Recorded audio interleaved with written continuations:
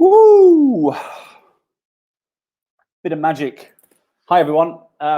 This is going to be actually really exciting. I think for the very first time doing a LinkedIn Live, I'm actually nervous.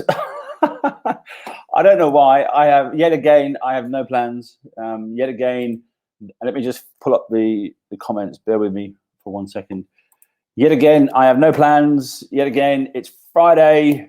And yet again, we're going to have JD come on. And JD's, you probably know, the dude who talks about sales and does a cracking job of it as well, because JD's part of the Sales Director Central.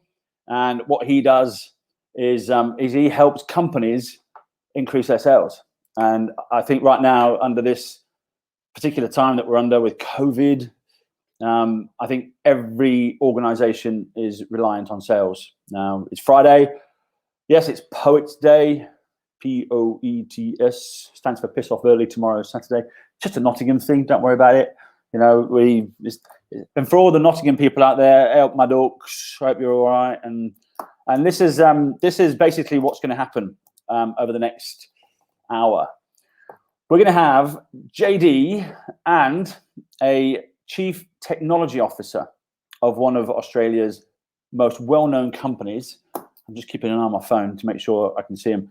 A Chief Technology Officer of one of Australia's most well-known companies come on. And no, it's not going to be an interview, but what it's going to be is an insight into the mind of an executive. And this, we're hoping, it's a Meet Magic special, of course, because we love execs and because they pledge their time to us. But it's basically going to be geared towards the salespeople and anybody that's in sales. And yes, we know there's some salespeople that are really good, and we love you, and you're great. But there are some salespeople that just don't understand some of the processes and some of the questions that need to be asked of an executive.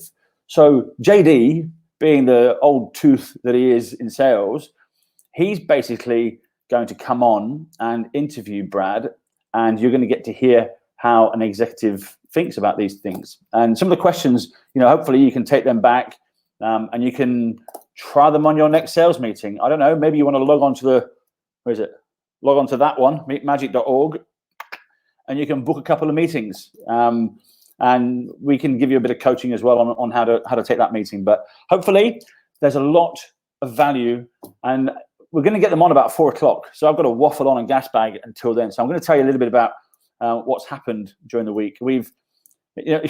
Honestly, today was probably the most magical moment for us. Lily and I hopped on a call this morning with Matt from the Starlight Group, and we had a conference call with a PR firm from the US who is managing events and stuff for Google, believe it or not. And they are very interested in the Meeting for Good campaign and the impact that we're having on sick kids, of course, but they're very interested in obviously taking the meetings because it's a great way for them to go and engage with their clients. And for us, that was a bit of a magic moment because the way that came around, we didn't do anything. It was probably as a result of this LinkedIn Live or some of the posts that we do on LinkedIn saying thank you to the execs, that somebody in Australia saw it, flicked it over to the PR company in the US, and then they came out to us and reached out to us and said, hey, tell us about what you're doing. And that's really cool. I mean, to be able to have a conversation with at that level was really, really powerful. And it's just a complete indication of where we've come as a company. This week we've added Liv to the team, Olivia Morgan. She's come on board and is helping us with some marketing. And one of the things that Liv's just, she's so cool. She's only been here for 2 bloody minutes. And she's just created this email that's going to be sent out to all of the salespeople who are on board with Meet Magic. All of our clients are going to get this. It's basically an email with all of the executives that have already pledged their time. Now, I think there were 16 brand new execs that signed up with us last week. And CFOs, CEOs, CTOs, different companies, ASX listed. And this email, when it came and popped in my inbox, I looked at it and she said, is this okay? And I went, oh, are you kidding? As a salesperson, you look at this thing and you go, oh my God, you get a picture of the exec who signed up and their title, and you just want to meet with them straight away. It makes you want to go, okay, how do I get a meeting with these guys? And that's what our clients are going to get access to, which is really, really powerful. You know, under this COVID time where it's a bit of it's difficult to get meetings. We've been very, very lucky to be able to, you know, have almost 200 and what are we on now? God, Lily, give us a comment section in the section, Lily. I think we're currently about. Hold on, I'm going to go and have a look.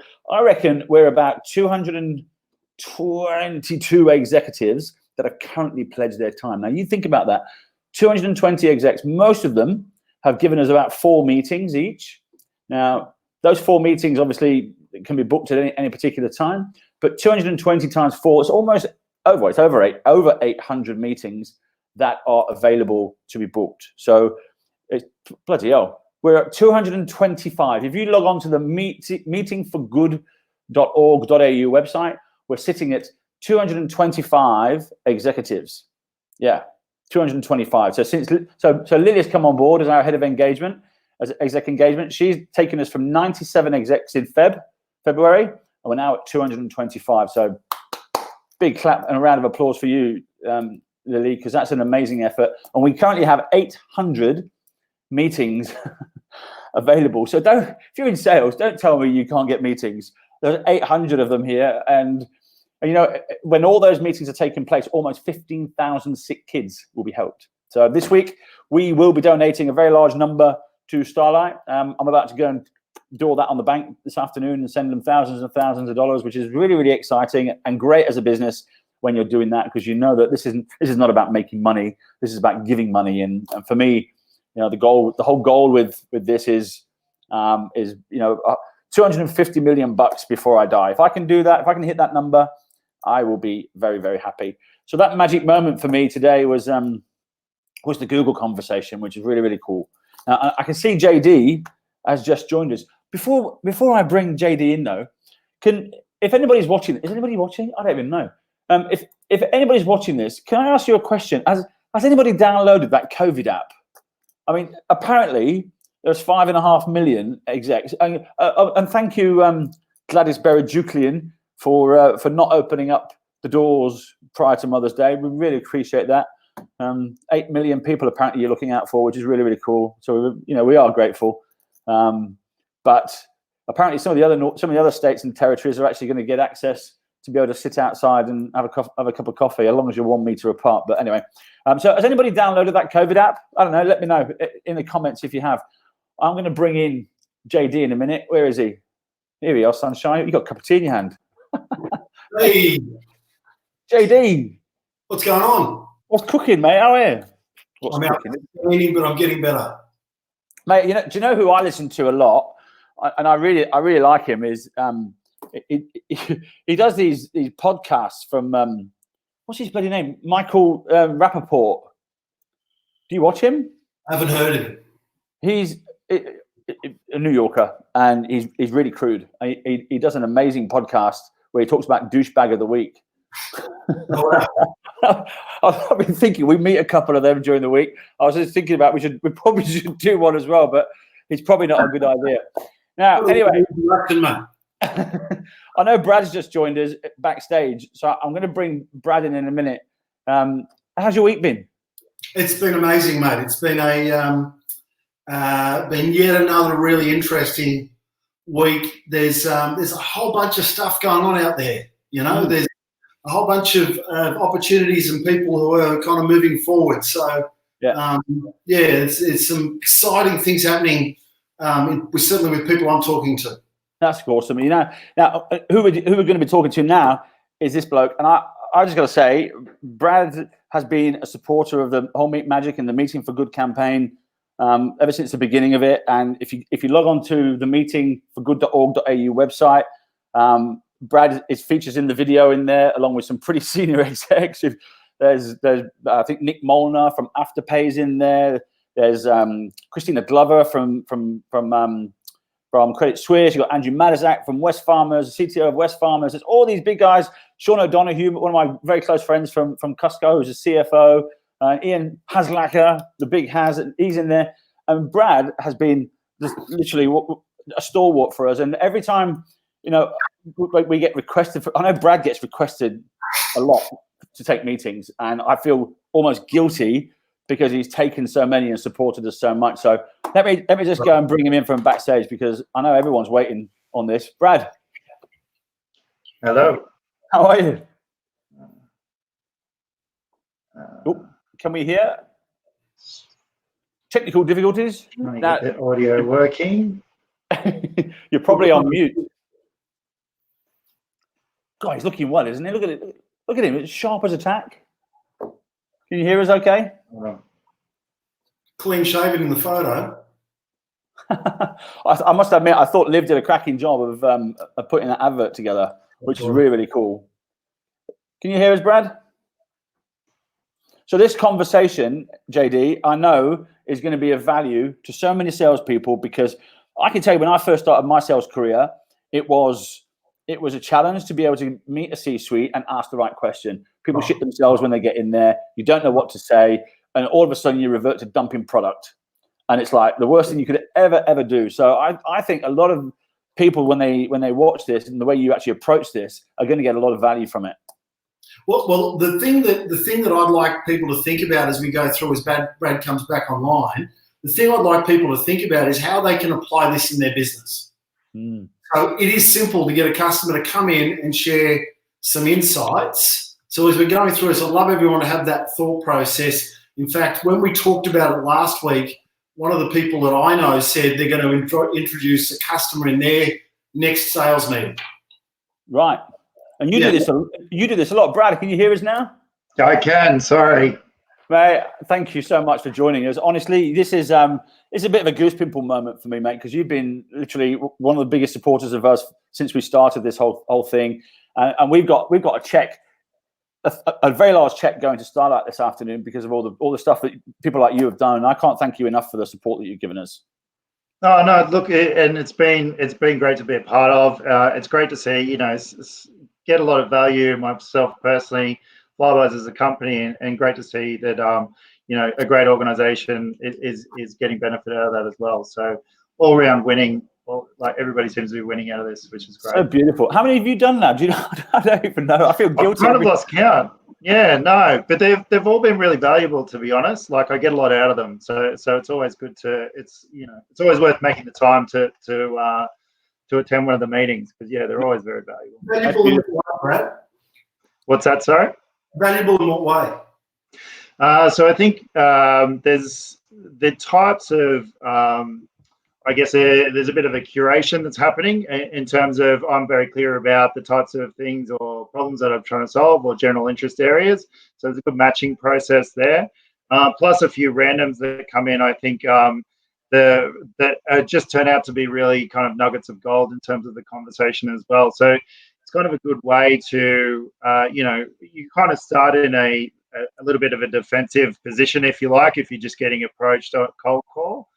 This is a great way where I know that I'm about to walk into a conversation that's going to end up with something valuable. That's really exciting to hear. And that, I know Anna Camerato from Westpac, she always says everyone can find time for this because it just feels good and everyone can learn something from it, because a lot of the time these vendors are coming in there, they're top of their game in what they do.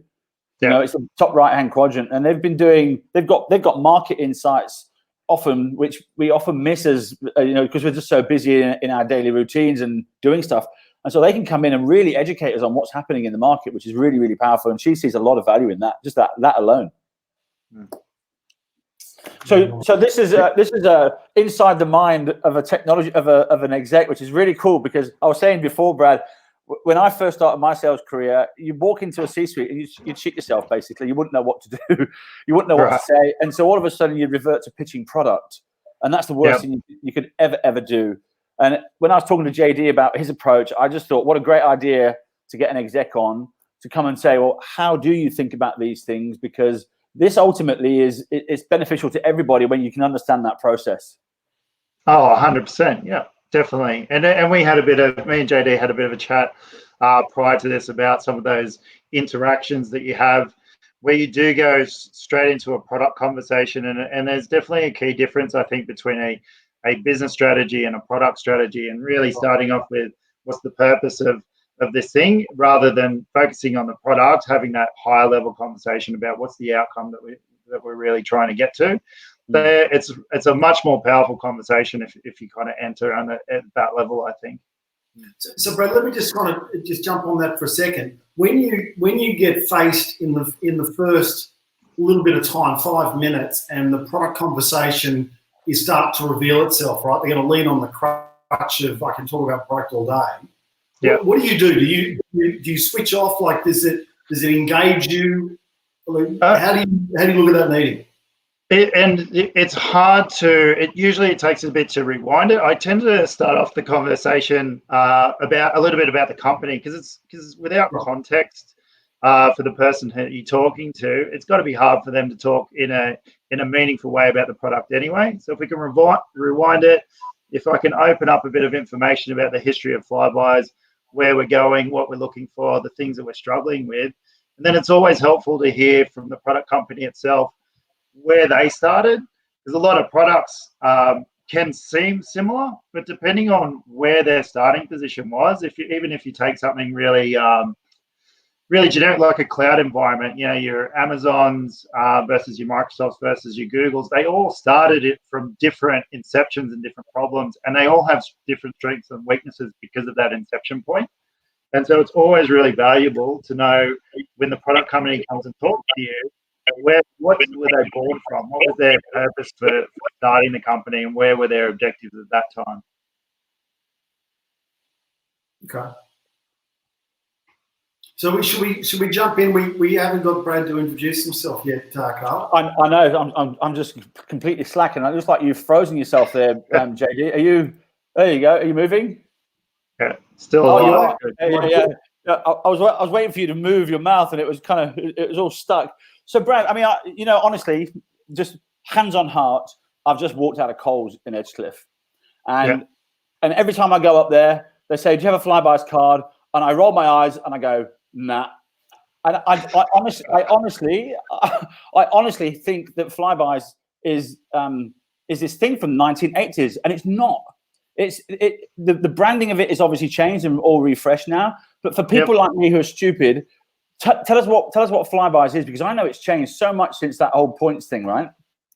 Oh, 100%. And I think where it's going is kind of is pretty exciting as well.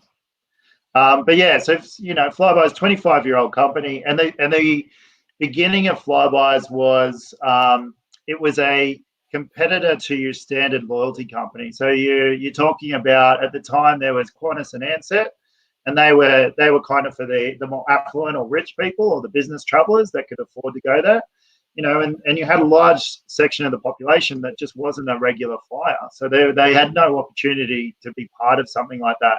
So it was really started as an answer to allow people to gain access to free or cheap flights through just everyday behaviors and spending, just doing what they did every day, getting their groceries, picking up their milk, going to buy some presents or clothes or stuff for their kids. And it was about that and rewarding them for that everyday behavior. And that's what's made Flybuys, that's the heartland of Flybuys, but that's that goodwill and that looking out for the member and the customer, that's really a consistent theme through Flybuys, and that's what we want to make sure that we hold on to. Nice. And your role in the business, CTO, what does that mean? Tell us a little bit about where your position is.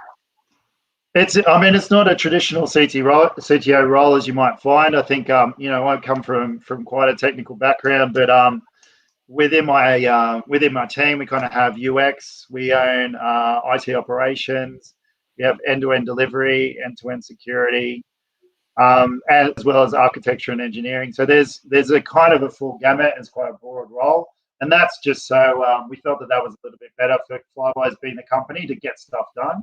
And what it does is it allows us to find a lot of opportunities across the company to make sure that we're partnering with the right people and getting the right products end to end, not just within a single part of that remit, if you like. JD frozen again. You got the NBN down there, have you, JD? I think I have. I've got the NBN.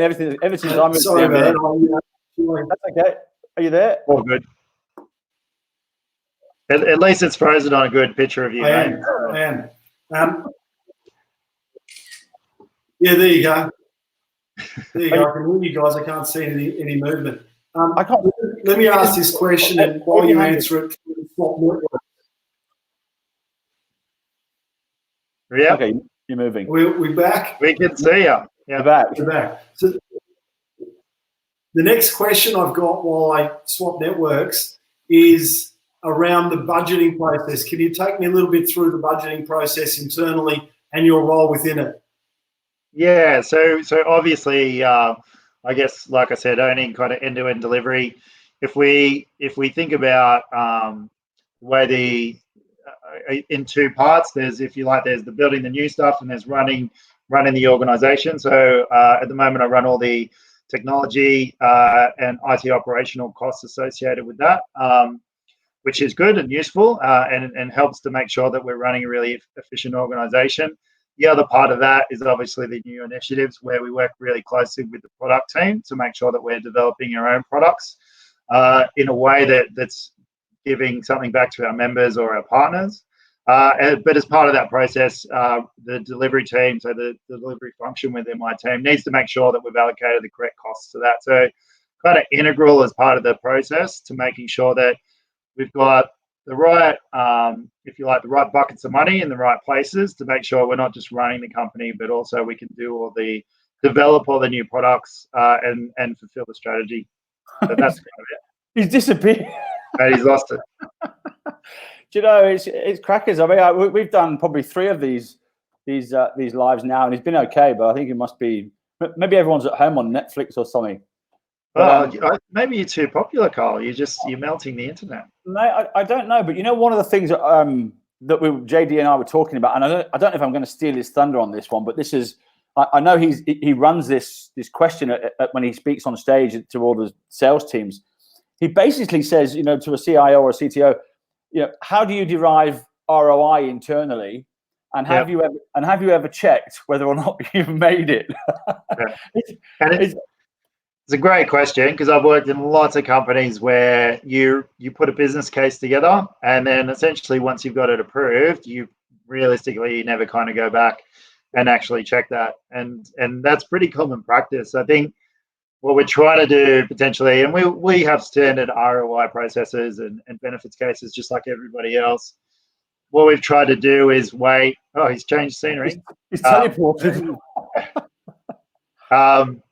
Yeah, we've tried to weight a lot of our benefits actually in our member and our partner space. So we want to make sure that we're operating as a business, which is, you know, we're paying our bills. But I think for us, the things that's easier to measure, and almost the thing that we know that we're putting a lot of confidence in, that if we get it right, it'll lead to a better Flybuys, is making sure that we're making a solid return for our partners, and making sure that our members are getting a lot of benefit out of the program. So if we think if we get those 2 key dimensions right, then the rest of the stuff will start to figure itself out. Yeah, and they're a lot easier to measure. Yeah. I mean, you guys are probably. I remember Andrew Matizak, who I think's watching. Andrew just told me to go and get myself a Flybuys card and to sign up for one. I know Andrew was telling me. He's online watching wherever he is. JD has gone again. Are you back? Oh no, you're back. I'm back. I've gone closer to the router. I'm not sure the question you just asked, Carl. Oh, I just asked him about the ROI and whether or not you get one or measure it internally. But I remember Andrew was telling me that Flybuys is like 12 million members or something like that. Yeah, wow. So we got 2 figures. If you like, there's our total membership. So people who have ever used the program, and that's in the kind of 12 to 13 billion.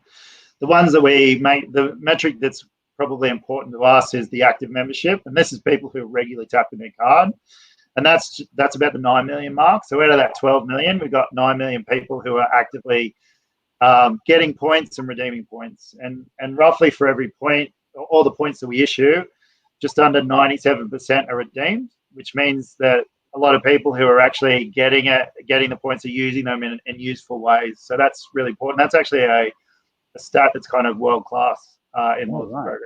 Are you seeing the COVID thing and the uptake of redemption points?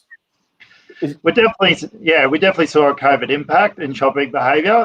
The hoarding was definitely seen in some of the stats, and there were some interesting product switches. People buying, I think pajamas was the #1 sales item.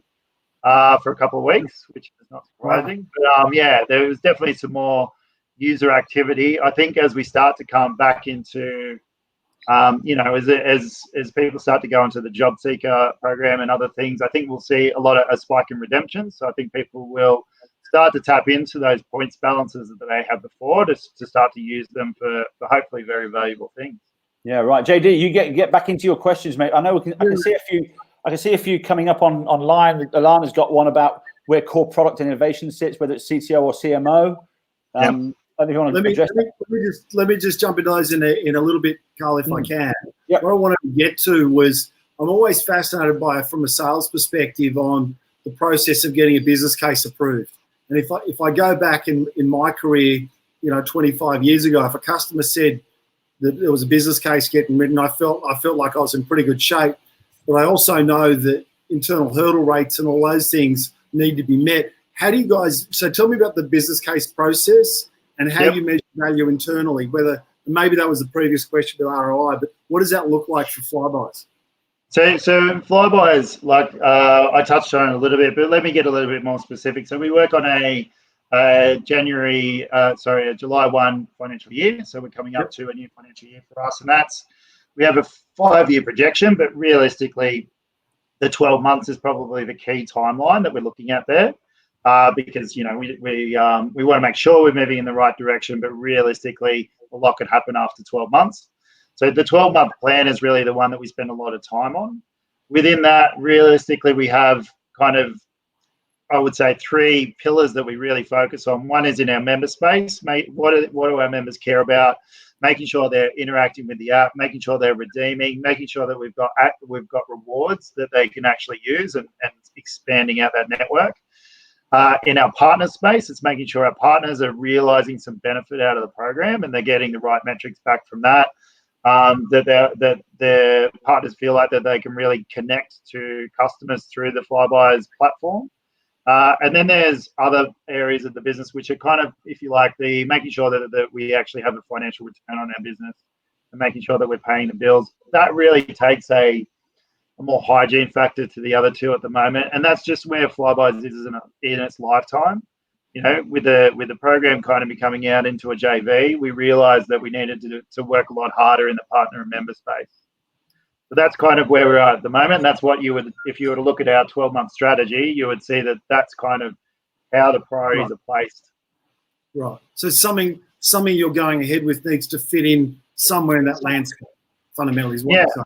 Yeah. And then out of that, what we do is we have quarterly review cycles of that. So we'll kick off on July 1. At the end of 3 months, we'll have completed whatever we committed to for that 3-month period, and then we'll do, as we transition to that, we'll do another 3-month commitment, and that's just to make sure we're making the right decisions as we go. It also sets us up to do the right investigation and innovation exploration before we hit the next 3-month milestone. So if there's something that we think is a little bit unique or tricky, or we need to find the right partners, realistically, we'll start that work and we'll have about a 3-month lead time before we say, are we ready, and hit the button on it. So if you're trying to get approval for a business case, what is the internal measure for value in that business case? And tell me a little bit about that structure. Is it arduous? Some CTOs I've talked to say that it's little more than an ROI type piece. The Department of Finance I talked to said it's a really arduous, not arduous, there's a very thorough process to get a business case approved. What's that like inside your organisation?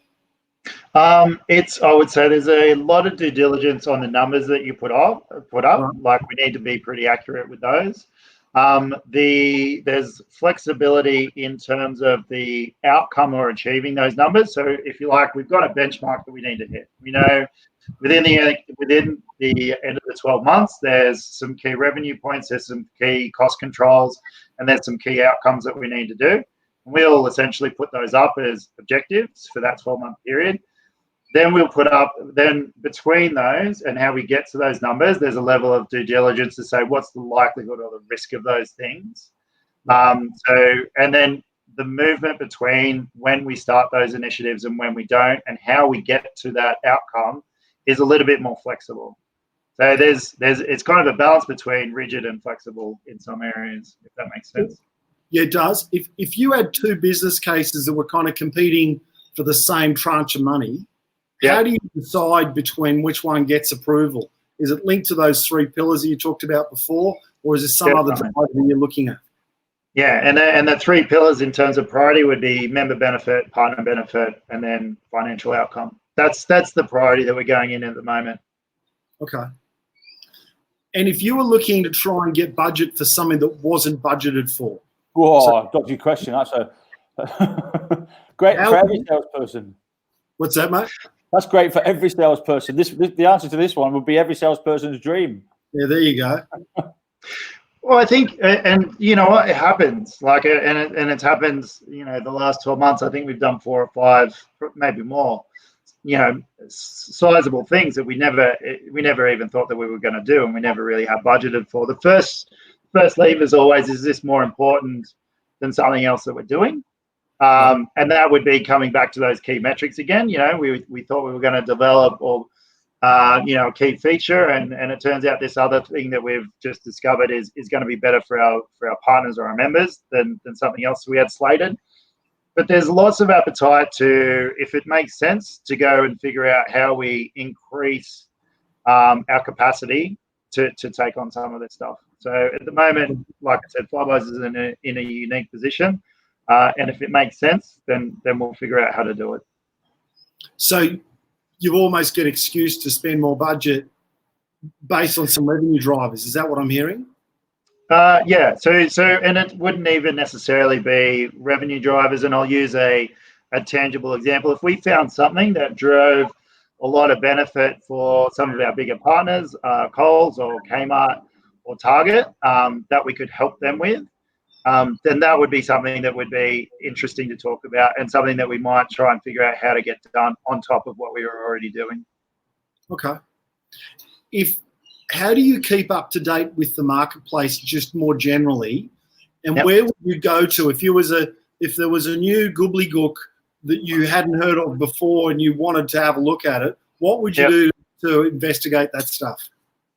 I think the key, I've got a pretty good network that obviously over the years. So there's quite I found in Melbourne there's a really good network of technologists and CTOs, and we're all we all communicate quite well, especially around things that are a little bit different or out there, and technologies that we can adopt.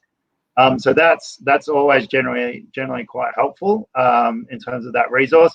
A lot of the vendor conversations that I have are quite enlightening in terms of these are people who are the really positive partner and vendor conversations that I have. These are the guys that are pushing the boundaries in the right ways. And so there's always a lot of things that I can take out of those meetings and look to apply. And then there's obviously just my own general research. If I know a little bit more about a topic, if I want to get really specific, I'll look to make direct communication with somebody and via social media channels, so via LinkedIn or something like that. What's the most exciting technology on the planet for you at the moment? I guess there's a lot of interesting stuff happening out there. If you're talking about just to geek out for a minute and play with something, I'd love to see what we could do in the VR space. Although I haven't really found a practical example for that one yet, to be honest. Like something that I could pick up and tangibly make a real business idea out of. But I'm quite excited. I think out of all the things that we've developed in terms of the way we interact with people, obviously we've kind of got, I would say the most recent is the in-house devices. They're growing and they're getting used, and they're starting to become a little bit more commercial and day to day. I think VR is probably the next leap there, but at the moment I haven't really. I don't think there's enough penetration there yet. Yeah, for sure. You talked a moment ago about the network of people you've got that you can bounce ideas off. Yeah. Do you have a trusted partner? Do you have someone that you go to that may not have the answer but can find the answer for you? And if you do, how do you come about getting them? Yeah, so I try to within if we talk about that, there's the product relationships and then the service partners that I have in my current position. I try to form partnerships that are long lasting. So as much as possible, I try and find a partner that is not only signing up to or sharing risk in terms of outcomes. So somebody who says, you know what, we're going to deliver this thing together, and we're both in it. We've both got skin in the game to make sure that there's an outcome. But I also look for partners that are bringing stuff in, so that we're not too insular in our own view.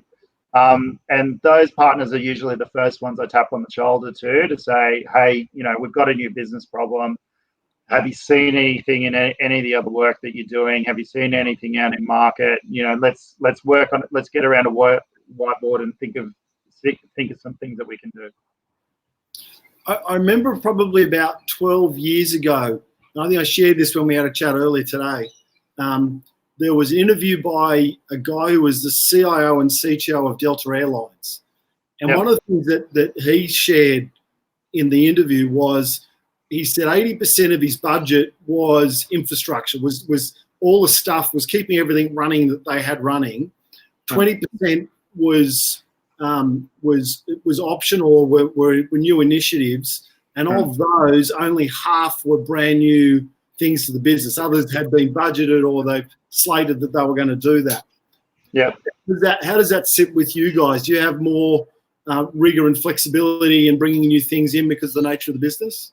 Yeah, definitely. I'd say we work on, if I was to take the same scenario, more of a 60-40. I'd say 60 is fixed, or generally fixed.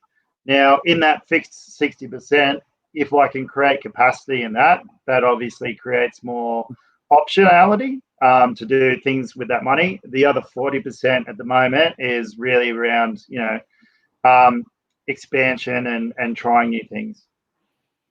Okay. So other than going to meeting for good and clicking a button, how would I get in your diary? Yeah, so look, I get a lot of direct approaches, I think, which I don't mind, and that's fine. I think the cold calling it can be a little bit tricky. I can imagine from the other side of the fence as well, and a lot of the random reach outs that I get, tend to be too generic to understand what that conversation or what that person's reaching out for. What I always prefer is a lot more context in a conversation. So is there something specific that they have identified that's going to be of value, or is there something?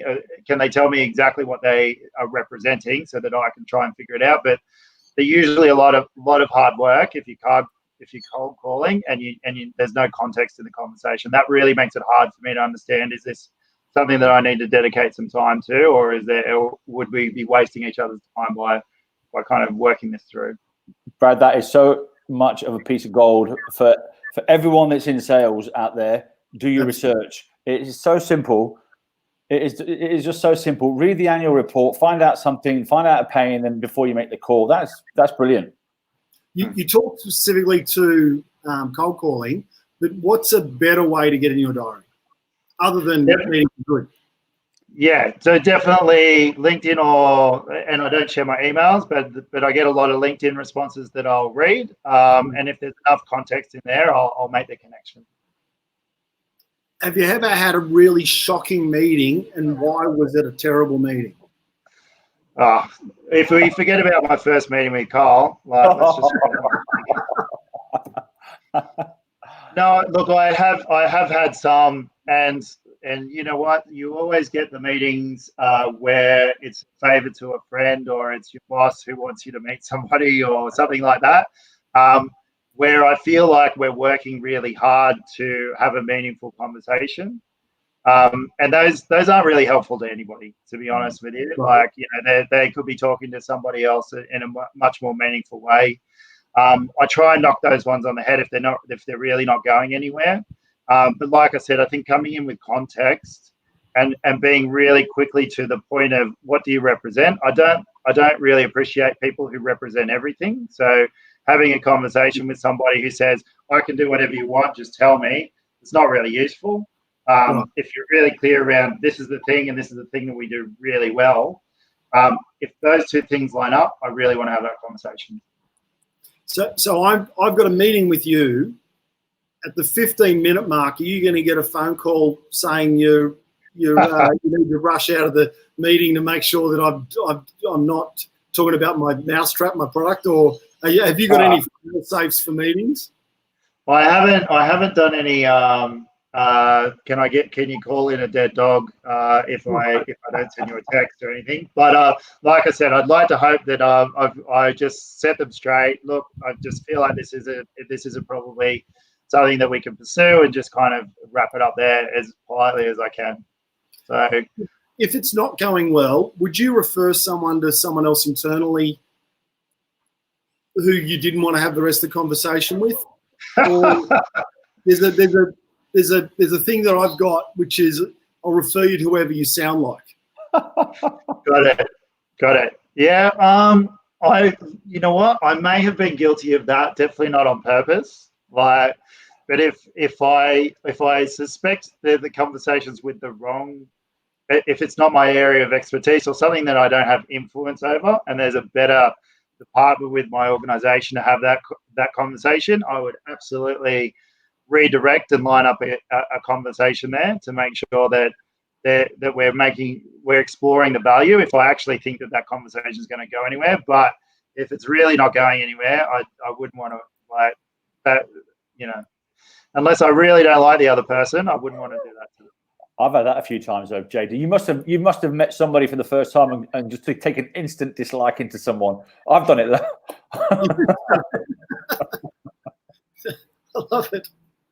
I love it. I think that's almost that's the bulk of the questions that I had to ask you about. Is there been a really clever thing that you've seen? Or sorry, let me re-ask it. Do people all sound the same? What stands out for you? Carl did a fantastic session. Was last week or the week before, Carl, where people came into their pitches. On my 50th birthday, you mean? Yeah. Yes. Yeah, you want to talk about? I mean, the guy who won that, it was fantastic. Yeah, Superman. So yeah, Brad. I mean, when I think today to stand out, you've got to be really different because there's so much noise out there in the marketplace. If you're a cybersecurity vendor, there's 15 million of them, and they've all got AI, they've all got machine learning, they've all got a single pane of glass, they've all got. It's all the same. It's all the same. It's like they've all been to KPMG and said, "Give me my marketing strategy," and there it is. Yeah. But so on my 50th, I got people to basically pitch products, and we had. I think Andrew was in the background, and one guy came on from Transformed, which is a customer experience company, and he pitched his product and then took his clothes off, and he had a Superman outfit on underneath.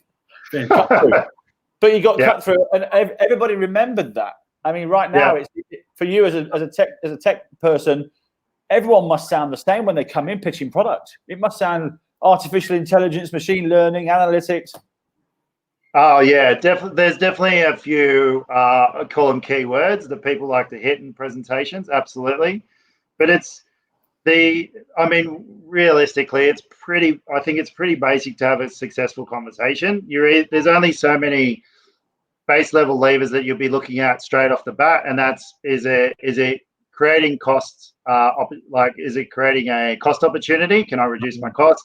Is it creating a value opportunity? Can I increase a value proposition or get to a business outcome? Or is it just the same as everything else but a lower bar to entry? If you're hitting one of those three things, that's what my brain's going on in the background. The special ones, to your point, are the ones that are talking about things that you didn't even think were important before you got in the room. And then during the conversation, a light bulb goes off and you go, this is something really interesting that nobody else is really doing. I've had a few of those. They're pretty rare.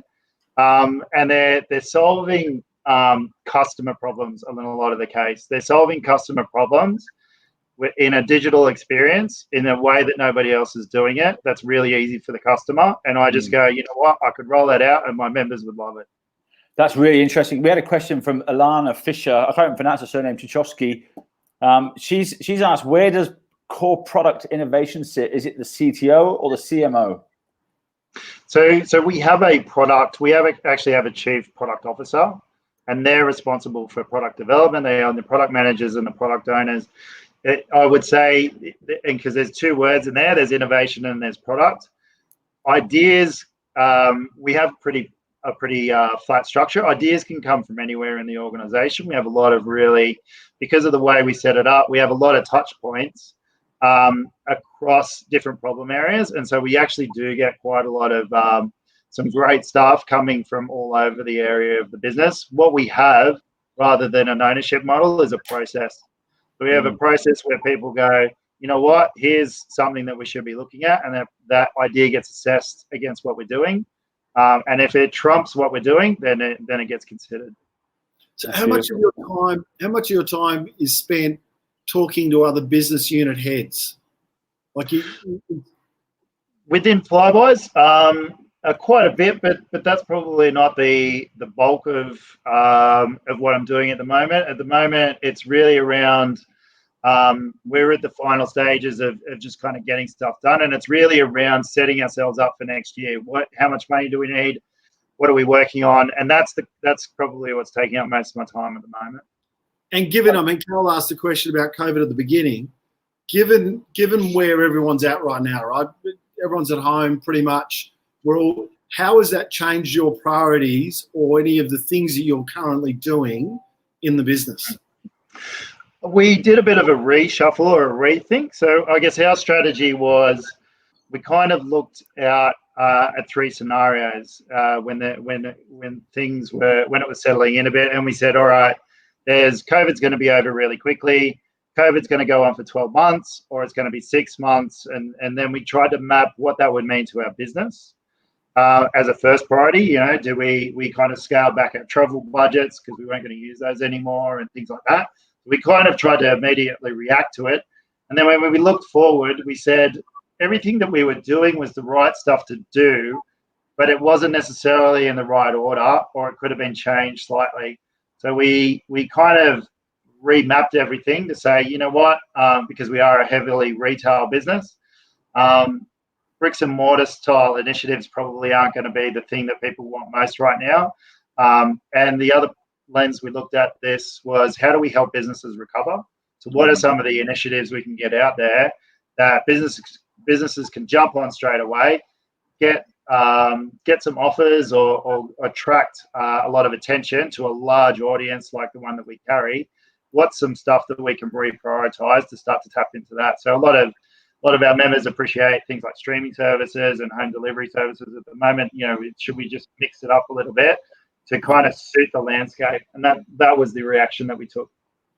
Cool. Carl, do you have any other questions on that?